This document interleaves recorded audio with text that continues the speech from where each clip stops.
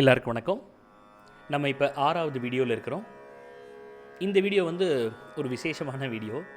ஏன்னா இது வரைக்கும் நம்ம பார்த்தது எல்லாமே உயிரெழுத்துக்கள், மெய்யெழுத்துக்கள் அப்படின்னு இலக்கணத்திலேயே இருக்கிற விஷயங்கள். இப்போ நம்ம பார்க்க போகிறது உயிரெழுத்துக்கள், மெய்யெழுத்துக்கள் போக மெய்யெழுத்துக்கள் சேர்ந்தே உருவான சில விசேஷமான மெய்யெழுத்துக்கள். இது என்னங்கிறத உங்களுக்கு பார்க்க ஆரம்பித்தா உங்களுக்கே புரியும். மொத்தம் ஸ்வர அக்ஷராணின்னு சொல்லக்கூடிய உயிர் எழுத்துக்கள் 13. அதில் அம், அஹ இது ரெண்டும் சேர்ந்து 15. அதுக்கப்புறம் வியஞ்சன அக்ஷராணி அப்படின்னு சொல்லக்கூடிய மெய்யெழுத்துக்கள் 33, எல்லாமே சேர்த்து 48. இது போக 4 எழுத்துக்கள் விசேஷமான மெய்யெழுத்துக்கள் சம்ஸ்கிருதத்தில் இருக்குது. அந்த விசேஷமான மெய்யெழுத்துக்கள் எப்படி உருவாகுதுன்னா, இந்த 33 உயிரெழுத்துக்கள்லேருந்தே 1-2 எழுத்து சேர்ந்து உருவாகக்கூடிய விஷயங்கள் தான் அந்த விசேஷமான 4 மெய்யெழுத்துக்கள். அதுதான் இன்றைக்கி நம்ம பார்க்க போகிறோம். இதான் அந்த 4 மெய்யெழுத்துக்கள். ஒன்று ஒன்றா நம்ம பார்ப்போம். முதல்ல இருக்கிறது இக்கு. நான் மேலே இருக்கிறது சொல்கிறேன், கீழே இருக்கிறது தான் மேலே சம்ஸ்கிருதத்தில் இருக்குது. காணால கீழே ஒரு குட்டி கோடு போட்டிருக்கு, வலது பக்கம் சாய்வா. அப்போ கா கிடையாது, அது இக்கு கூட்டல் ஆனா. அப்போ இக்கு ப்ளஸ் ஆ க நம்ம எல்லாருக்குமே தெரிஞ்சது தான், இது பெரிய விஷயம் இல்லை. யானை, இதில் ஒரு சின்ன பிழை இருக்குது. அது வெறும் யா இல்லை, அதில் ஒரு சாய்வான கோடு போடணும். நீங்கள் மனசில் அப்படி வச்சுக்கோங்க. இது யா கிடையாது, ஈ. இப்போ யானாக்கு கீழே ஒரு கோடு ப்ளஸ் ஆ கூட்டல் அப்போ யா. இது நம்ம தமிழில் எப்படி நம்ம ஒரு மெய்யெழுத்து உயிரெழுத்தோடு சேரும்போது எப்படி உருவாகுதோ அதே மாதிரி தான். ஆனால் நம்ம ஒரு கோர்ஸ் அப்படிங்கிறதுனால உங்களுக்கு தெரிஞ்சிருக்கும் அப்படின்னு நினச்சி நான் கொண்டு போகக்கூடாதுங்கிற ஒரே காரணத்துக்காக இந்த மாதிரியான அடிப்படையான விஷயத்தை கூட நான் இங்கே காமிக்கிறேன். உங்களுக்கு தெரியாதுங்கிற காரணத்தினால இல்லை, அதனால் தப்பாக நினச்சிக்காதீங்க. இப்போ அந்த விசேஷமான மெய்யெழுத்து எப்படி உருவாகுது அப்படின்னு பார்ப்போம். இந்த முதல் விசேஷமான உயிரெழுத்துக்கு பேர் க்ஷ. க்ஷ, இக்கு கூட்டல் ஷ, க்ஷ. இது நமக்கு தமிழ்லேயே கூட இருக்குது. இதே எழுத்து நீங்கள் பயன்படுத்தியிருப்பீங்க. அக்ஷதை அப்படின்னு சொல்கிற இடத்துல அ, இக்கு ஷ தை, க்ஷதை அப்படின்னு இக்கு ஷ ரெண்டும் சேர்ந்து இருக்கும். அப்போ இதான் அக்ஷதை அப்படிங்கிற வார்த்தையில் இருக்கக்கூடிய அந்த க்ஷா அப்படிங்கிற ஒரு எழுத்து. இந்த க்ஷாங்கிற எழுத்து எப்படி தமிழில் ஒரு தனித்துவமான ஒரு எழுத்தாகவே இருக்குதோ, அதே மாதிரி சம்ஸ்கிருதத்துலேயும் கூட இக்கு ஷா ரெண்டும் சேர்ந்து க்ஷா அப்படின்னு இருக்குது. தமிழ்லையாவது நம்ம பார்த்தாலே தெரியும், கானாவோட பாதி இருக்குது, ஷானாவோட ஆல்மோஸ்ட் ஒரு ஷேப்பில் ஷானாவும் இருக்குது. அப்போ ஷாவும் இக்கும் சேர்ந்துருக்குங்கிறது உங்களுக்கு தெரியும். ஆனால் இங்கே மேலே இருக்கிற அந்த மஞ்சள் படத்தில் பார்த்தீங்கன்னா உங்களுக்கு தெரியும், க்ஷா அப்படிங்கிற எழுத்து இக்கிலிருந்தும் ஷாலேருந்தும் எப்படி வந்துச்சுன்னே தெரியாத மாதிரியான ஒரு புதுவிதமான ஒரு எழுத்து வடிவமே கொடுத்துருக்குறாங்க.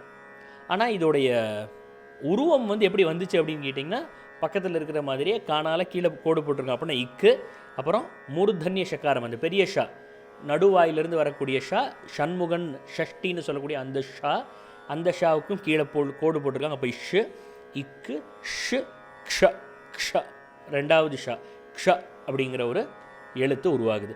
அந்த இக்கு, ஷ், க்ஷு, க்ஷு, அந்த க்ஷு கூட ஆ சேர்ந்தா க்ஷ. அப்போ க்ஷு அப்படிங்கிறது 2 மெய்யெழுத்தே சேர்ந்த ஒரு எழுத்து. ரெண்டு மெய்யெழுத்து சேர்ந்த ஒரு மெய்யெழுத்து க்ஷு அப்படின்னு. அதோட ஆ சேரும்போது க்ஷா, க்ஷா அப்படின்னு ஒரு எழுத்தாகுது. இது ஒரு விசேஷமான ஒரு எழுத்து.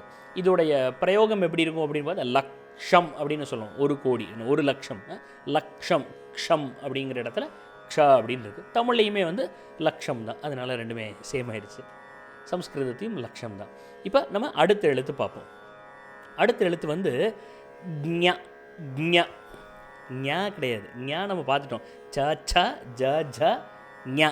இப்போ அந்த ஞா நம்ம பார்க்கல. இப்போ நம்ம என்ன பார்க்குறோன்னா ஞ, ஞ, கு, ஞ, ஞ. அப்போ இந்த எழுத்து எப்படி வருது அப்படின்னு கேட்டிங்கன்னா, இஜ், ஜானா வருது. ஜாவோட மெய்யெழுத்து இஜ்.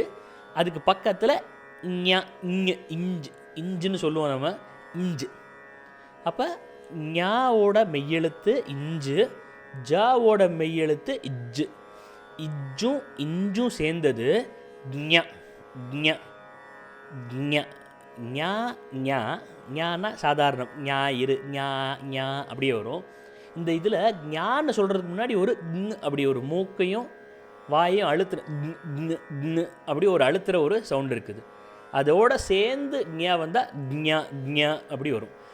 ஞா ஞா. நம்ம ஒரு உதாரணம் பார்த்தா உங்களுக்கு நல்லா புரியும். அப்போ முதல்ல அந்த எழுத்து வடிவம் எப்படி வந்துச்சுன்னு பார்ப்போம். இஜ்ஜு, இஞ்சு, ஜு, ஞ, அ, ஞ. இதான் வந்து அதோடைய எழுத்து பிறந்ததுக்கான அந்த வழி.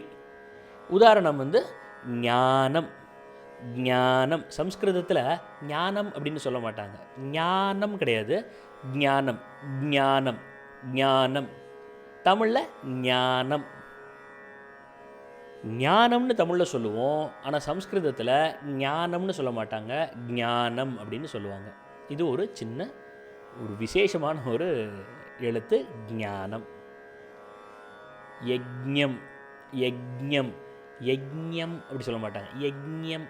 சாதாரணமாக முதல் தடவை கேட்குற பல பேருக்கு இதோட வித்தியாசமே தெரியாமல் இருக்கலாம். அது தப்பே இல்லை, ரொம்ப சாதாரண விஷயம். தமிழ்நாட்டில் இருக்கிற பல பேருக்கு இந்த பிரச்சனை இருக்குது. ஏன்னா நம்ம அந்த மாதிரியான எழுத்துக்களுடைய உச்சாரணைக்கு நம்ம அவ்வளோ மகத்துவம் கொடுத்ததில்லை. அதனால் இது நமக்கு தெரியாமல் இருக்குது. இது எல்லாமே வந்து கிரந்த லிபி அப்படின்னு சொல்லக்கூடிய ஆதி தமிழில் இது எல்லாமே இருந்திருக்குது. அதனால தான் இன்றைக்கி இருக்கிற கோயில்களில் இருக்கிற கல்வெட்டுகளில் பல எழுத்துக்கள் நமக்கு தெரியறதில்லை, படிக்க முடியறதில்லை. இன்றைக்குமே வந்து வேத மந்திரங்கள் அத்தனையுமே வந்து இந்த கிரந்த லிபி அப்படின்னு சொல்லக்கூடிய அந்த எழுத்து வடிவத்தில் எல்லா மகாபுராணம், அல்பபுராணம் எல்லாத்தையுமே அதில் பயன்படுத்துகிறாங்க. ஆனால் இன்றைக்கி இருக்கிற நம்ம பயன்பாட்டில் பல மாறுதல்கள் நடந்திருக்கு. அதை நம்ம யாரையுமே நம்ம காரணம் சொல்ல முடியாது, அதுக்கு பல காரணங்கள் இருக்கலாம். அதனால் இதை வந்து ஏதோ ஒரு வித்தியாசமானதுன்னு பார்க்காதீங்க, இருந்து அழிஞ்ச ஒரு விஷயம்னே பாருங்கள். அப்போ ஞானம் கிடையாது, ஞானம். யஜ்ஞம் கிடையாது, யஜ்ஞம். ஞம் ஞம் அப்படின்னு வரும். ஞம் ஞம். எனக்கு எந்த அளவுக்கு இந்த ஆடியோவில் உங்களுக்கு ஆடியோ கிளியராக தெரியுதுன்னு எனக்கு புரியலை. இங்கேருந்து நான் முயற்சி பண்ணிக்கிட்டு இருக்கிறேன். அது புனருக்தி நான் திரும்ப திரும்ப சொல்லி உங்களுக்கு கடுப்பேற்றுறேன்னு நினச்சா மன்னிச்சுக்கணும். நான் ரெண்டையுமே ஒரே ஒரு தடவை சொல்லிடுறேன். தமிழில் முதல்ல சொல்கிறேன், ஞானம். ஞானம் ஞானம் ஞானம். இப்போ சம்ஸ்கிருதத்தில் சொல்ல போகிறேன், ஞானம் ஞானம் ஞானம். இதுதான் அந்த வித்தியாசம், ஞாக்கும் ஞாக்கும். அடுத்த த்ர. த்ர. த்ர அப்படிங்கிற எழுத்தில் இத்து ர இருக்குது. நமக்கே தெரியுது, கேட்ட உடனே தெரியுது. து ர த்ர. இத்து இரு திரு ப்ளஸ் அ த்ர. இதோடைய ஒரு உதாரணம் பத்திரம். பத்திரம் தமிழ்லையும் பத்திரம், சம்ஸ்கிருதத்துலேயும் பத்திரம். நம்ம வந்து ரெண்டு எழுத்தாக சொல்கிறோம், அங்கே வந்து அதையே ஒரு எழுத்தாகவே வச்சுட்டாங்க, த்ர அப்படின்னு. அடுத்தது நம்ம ரொம்ப பயன்படுத்தக்கூடிய ஒரு எழுத்து ஷ்ரா. ஷ்ரா நம்ம எங்கே பயன்படுத்துவோம்? ஸ்ரீ, ஸ்ரீவில்லிபுத்தூர், ஸ்ரீவைகுண்டம், ஸ்ரீசைலம். ஷ்ரா ஸ்ரீ எல்லாமே இங்கேருந்து தான் வருது. இந்த ஷ்ரா வந்து இஷ், பெரிய ஷா கிடையாது, மூர்தன்ய ஷகாரம் கிடையாது, தாளவ்ய ஷகாரம். பல்லுக்கு பின்னாடி தொட்டு நம்ம சொல்லக்கூடிய ஷங்கர்னு சொல்லக்கூடிய அந்த ஷ. ஷ ஷ ஷ் ர் ஷ்ரு ப்ளஸ் அ ஷ்ர. ஷ் ர் ஷ்ரு ஷ்ரு ப்ளஸ் அ ஷ்ர. இதான் வந்து இந்த எழுத்துடைய உருவாக்கம், ஷ்ர ஷ்ரா. இதுக்கு ஒரு உதாரணம் பார்க்கணும்னா ஆஷ்ரமம். தமிழில் ஆஷ்ரமம், சம்ஸ்கிருதத்தில் ஆஷ்ரமஹா. அந்த ஆஷ்ர ஷ்ர, அந்த ஷ்ர ரெண்டு எழுத்து சேர்ந்தது. இதை வந்து ஒரு மெய்யெழுத்தாக பார்க்குறாங்க. அதனால் இது வந்து நம்ம விசேஷமான ஒரு மெய்யெழுத்து கேட்டகரியில் இதுவும் உண்டு. ஆக மொத்தம் இப்போ 4 விசேஷமான மெய்யெழுத்தும் பார்த்துருக்குறோம். அதோடைய எழுத்து வடிவமே கூட அந்த படத்தில் இருந்துச்சு. ஆக மொத்தம் இப்போ 33 கூட்டல் 4 கூட்டல் 15. இதுதான் வந்து சம்ஸ்கிருதத்தில் இருக்கக்கூடிய எழுத்து வடிவங்கள். இவ்வளோ நேரம் கேட்டதுக்கு ரொம்ப ரொம்ப நன்றி. மேற்கொண்டு அடுத்த வீடியோவில் நம்ம சந்திப்போம். உங்களுடைய நண்பர்கள்ட்ட, உங்களுடைய குடும்பத்தில் இருக்கவங்கள்ட்ட இந்த கோர்ஸை பற்றி சொல்லுங்கள். இது இலவசமாக இருக்கிற கோர்ஸு. நிறைய பேர்த்துக்கு இந்த மாதிரி ஒரு கோர்ஸ் இருக்கிறது யாருக்குமே தெரியறதில்ல. தயவு செஞ்சு இதை எல்லாத்துக்கூடயுமே ஷேர் பண்ணுங்கள். நிறைய பேர் பயனடையட்டும். நன்றி, வணக்கம்.